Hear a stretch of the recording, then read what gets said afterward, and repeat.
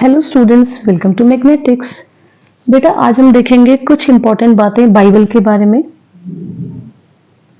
सबसे पहले producer of Bible. First Bible was produced in Anglo Saxon era by King Alfred. सबसे पहली Bible जो है वो एंग्लो सैक्सन, हमने देखा ना, एंग्लो सैक्सन सबसे पहला पीरियड है इंग्लिश लिटरेचर में। उस समय पे किंग अल्फ्रेड ने इसको प्रोड्यूस किया। It was entitled the Vulgate, और इसका नाम दिया गया the वल्गेट।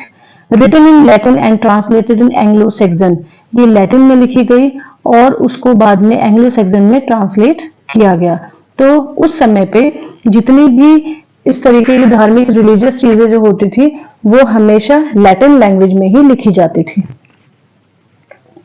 Second Bible produce by Wycliffe in 1382, और पहली तो किंग अल्फ्रेड ने करी, दूसरी बाइबल प्रोड्यूस करी वाइक्लिफ ने 1382 में, who translated Latin Vulgate into English, जिन्होंने लैटिन वल्गेट को इंग्लिश में ट्रांसलेट किया।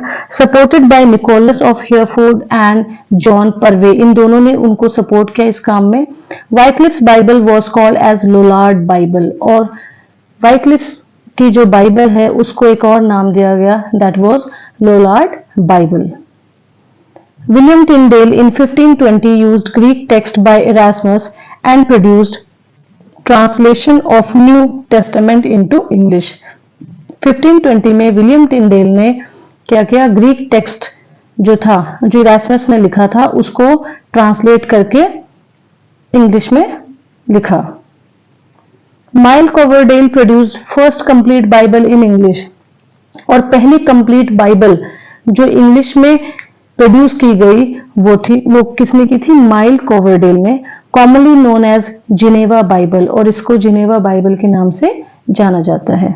The most important and influential Bible was the Bible of king James first in 1611, और सबसे इन्फ्लुएंशियल या मोस्ट इंपॉर्टेंट बाइबल जो हम कहते हैं वो लिखी है किंग जेम्स ने 1611। किंग जेम्स फर्स्ट, पहले ऐसे नाम रख दिए जाते थे, किंग्स जेम्स फर्स्ट, फिर उनका बेटा किंग्स जेम्स सेकंड, इस तरीके से।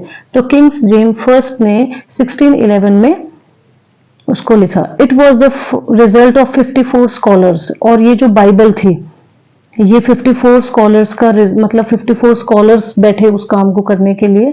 इट वाज कम्युनिटिव और जॉइंट एफर्ट, मतलब कि सिर्फ किंग जेम्स फर्स्ट का ही योगदान नहीं है इस बाइबल को लिखने में, इतने सारे स्कॉलर्स ने मिलकर इसको लिखा, तो इस तरीके से हम कह सकते हैं एक जॉइंट एफर्ट था।